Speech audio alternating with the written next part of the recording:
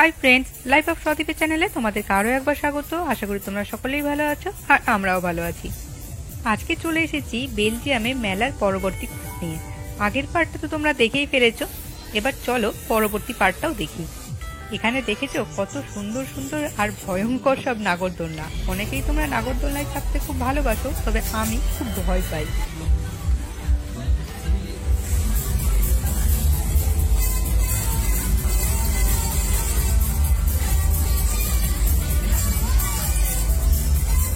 কি সুন্দর সুন্দর সব নাগরদোলনাগুলো।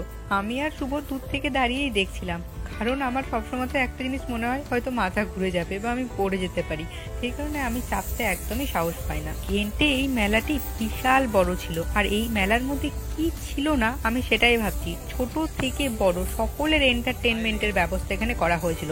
আর যে জায়গায় দাঁড়িয়ে আমি খুব মনোযোগ সহকারে দেখছিলাম, ওটা কি, ওটা ছিল একটি ক্যাসিনো। তা আমি ওই বাইরে থেকেই দেখছিলাম যে অ্যাকচুয়ালি ওর মধ্যে হয়টা কি। মেলাকে পিছনে ফেলে সামনের দিকে এগিয়ে চলে এলাম। সামনের দিকে এই যে ছোট ছোট ব্রিজের উপর দিয়ে হেঁটে যেতে আর নিচে থাকে জল, এগুলো দেখতেও আমার কিন্তু ভীষণ ভালো লাগে। তাই এখানে কিন্তু আর শুধু আমার যে ভালো লাগে তা নয়, এখানে সকলেরই ভালো লাগে। তাই দাঁড়িয়ে দাঁড়িয়ে সকলেই কিন্তু উপভোগ করছে। যারা দাঁড়িয়ে দেখতে পছন্দ করছে তারা দাঁড়িয়ে দাঁড়িয়ে উপভোগ করছে, আর যারা এই বোটে করে ঘুরে বেড়াতে পছন্দ করে তারা বোটে করে ঘুরে বেড়াচ্ছে। আমার আবার জল নিয়ে একটু ভয় আছে, সেই কারণে আমি বোটেও নেই এবং আশেপাশে মানে জলের ধারে কাছেও নেই। আমি ব্রিজ থেকে দাঁড়িয়ে দাঁড়িয়ে খুব সুন্দরভাবে জিনিসগুলো উপভোগ করছিলাম। বেলজিয়ামে অনেক সুন্দর সুন্দর দেখার জায়গা আছে, আর অনেক সুন্দর সুন্দর শহরও আছে। তার মধ্যে ঘেন্ট অন্যতম, তাছাড়াও আছে ব্রুজ, তারপরে তোমার দিনান্ট, আরও অনেক কিছু। বেলজিয়ামের সব কিছু ঘোরা আমাদের হয়ে গেছে, তবে সবসময়তে এই ঘেন্ট আর ব্রুজ আমাদেরকে খুব টানে। আমার ব্রুজও ভীষণ ভালো লাগে, কারণ পিকে সিনেমাটার যে ফার্স্ট পার্টটা শুটিং হয়েছিল মানে সুশান্ত সিং রাজপুতের সাথে, ওইটা কিন্তু এই ব্রুজেই হয়েছিল। আর ব্রুজটা অসাধারণ দেখতে। তো যদি সময় পাই বা মনে হয় যে যাব, তাহলে অবশ্যই ওই জায়গাটায় যাব আর গেলে তোমাদের সাথে শেয়ার করব। ঘেন্ট শহরটা কিন্তু দেখতে ভীষণ সুন্দর, তবে এখন কি হয়েছে বিভিন্ন জায়গায় কনসার্ট হচ্ছে, তারপরে মেলাও বসেছে, তো আর বিভিন্ন লোকজন অনেক কিছু জিনিস বিক্রি করতেও বসেছে। এই কারণে শহরটা প্রায় ঢাকা পড়েই গেছে। কিন্তু এই ঘেন্ট শহরটা অত্যন্ত সুন্দর, লাল লাল বাড়ি, তারপরে ইটের রাস্তা। এখন তো আবার ট্রামগুলো চলছে না, ট্রাম চললে আরও সুন্দর লাগে। আর জলের মধ্যে প্রচুর জাহাজ ঘুরে বেড়ায়, মানে এত লোকজন থাকে। এখনো লোকজন আছে, তবে মেলার জন্য। আর এই মেলার জন্য কি হচ্ছে, শহরটার অনেকটা অংশ, অনেক সুন্দর অংশগুলো ঢাকা পড়ে গেছে।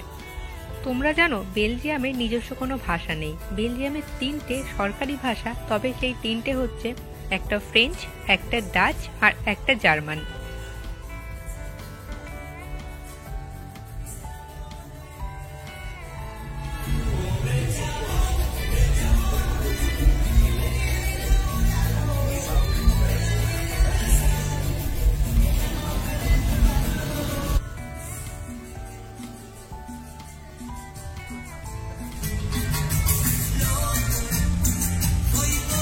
দেখতে পাচ্ছ শহরটা কি সুন্দর। আর এই শহর ঘুরতে গেলে কিন্তু তুমি বোটে করেও ঘুরতে পারো। যাদের মনে হবে পায়ে হেঁটে ঘুরবো তারা তো পায়ে হেঁটে ঘুরতেই পারবে, আর যাদের মনে হবে যে আমরা বোটে করে ঘুরবো তারা কিন্তু বোটেও ঘুরতে পারো। আর বোটে ঘুরলে বেশ ভালোই লাগবে।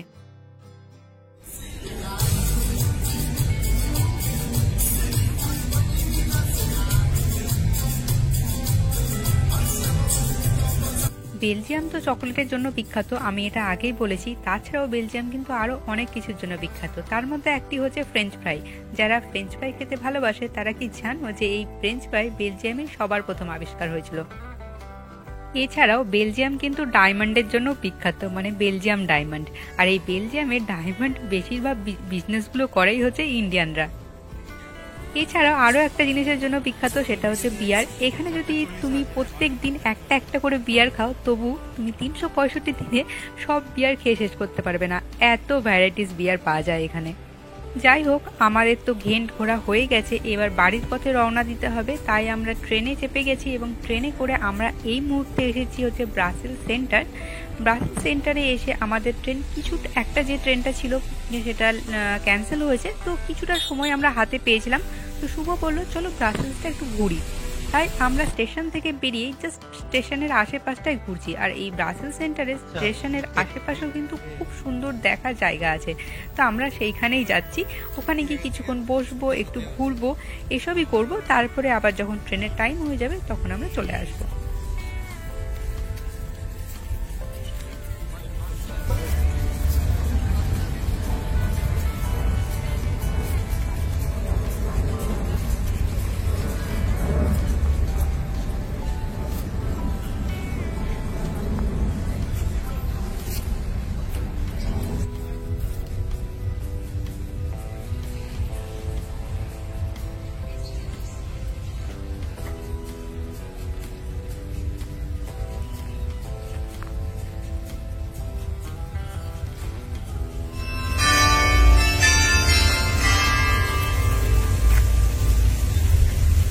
এটি স্টেশনের বাইরে খুব সুন্দর ছোট্ট একটি পার্ক।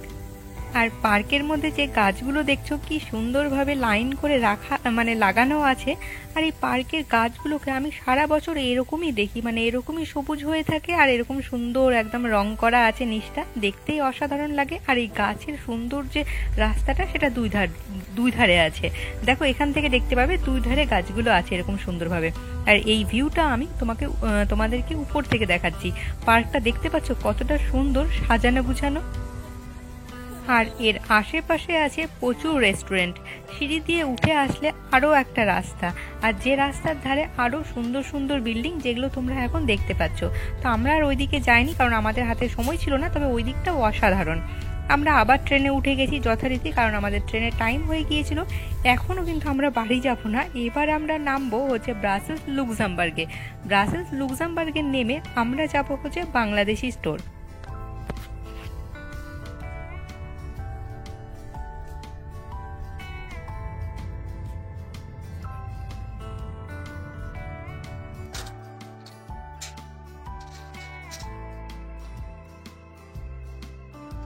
আর এই বাংলাদেশি স্টোরটা স্টেশন থেকে পায়ে হেঁটে মাত্র 5 মিনিট। তাই আমরা যখনই কোনো জায়গায় যাই তখনই এই লুক্সেমবার্গে নামি এবং বাংলাদেশি স্টোরে বাজার করি, তারপরে বাড়ি যাই। আর এখানে দেখো মাছ কত সুন্দর সুন্দর, রুই কাতলা বিভিন্ন মাছ। তবে আমাদের ভাগ্যটা খুবই খারাপ ছিল, কারণ ওদের যে মাছ কাটার মেশিনটা সেটা খারাপ হয়ে গেছিলো, তাই আমরা ওরকম গোটা মাছ নিতে পারিনি। এখানে আরও প্যাক করা থাকে ছোট ছোট মাছ, সেখান থেকে কিছু মাছ নিয়ে বাড়ি চলে এসেছি। চলো তোমাদেরকে বাংলাদেশি স্টোর থেকে কি কি মাছ আর কি সবজি কিনেছি সেটা দেখায়। দেখো এখানে 500 বোয়াল মাছ নিয়েছি। বোয়াল মাছটা বললো খুব সুন্দর ফ্রেশ এসেছে নতুনই। তো আমরা ভাবলাম যে ঠিক আছে, আমরা গোটা তো মাছ নিতে পারলাম না, তাহলে একটা ছোট এরকম 500 প্যাকেট নিয়ে নিই। আর এখানে নিয়েছি বাটা মাছ। অনেকদিন থেকেই ভাবছিলাম যে বাটা মাছ খেলে খুব ভালো হয়, তো হয়েও গেল নেয়া। যাই হোক খুব ভালো হয়েছে। এরপরে কিছু সবজি নিয়েছি। সবজি একদমই পাইনি, আর কোনো সবজি ফ্রেশ ছিল না, সবগুলোই মনে হচ্ছিল যেন শুকিয়ে শুকিয়ে গেছে। তার মধ্যে পেয়েছিলাম এই ঝিঙেটা। তবে ঝিঙেটা কেনা খুব বড় ভুল হয়েছিল আমাদের, কারণ ঝিঙেটা পুরো বয়স্ক ঝিঙে ছিল, যেটা আমরা একদমই খেতে পারিনি। আর এখানে নিয়েছিলাম কিছু করলাও সব কিছুই মানে শুকিয়ে গিয়েছে। আর এখন যেহেতু বেলজিয়ামে বেশ গরম পড়েছে, আর ওদের দোকানটায় এসি ছিল না যেখানে সবজি থাকে, তো সবজিগুলো খুব তাড়াতাড়ি খারাপ হয়ে যাচ্ছিল। কিছুটা ভেন্ডিও নিয়েছিলাম, তবে ভেন্ডিগুলো তাই শুকনো শুকনো অনেক কষ্টে বেছে কিছুটা আর কি নেওয়া গিয়েছে। তাছাড়া আর কিছুই সবজি নিতে পারিনি। পটল নেওয়ার খুব ইচ্ছে ছিল, তবে পটল শেষ হয়ে গেছিলো, তাই পটলও পাইনি। তো আমার আজকের এই ভিডিওটি তোমাদের কেমন লাগলো অবশ্যই জানিও। ভালো লাগলে সাবস্ক্রাইব করে আমার পাশে থেকো। দেখা হচ্ছে নতুন আরও একটি ভিডিওতে। ততক্ষণের জন্য তোমরা সকলে ভালো থেকো। Bye bye.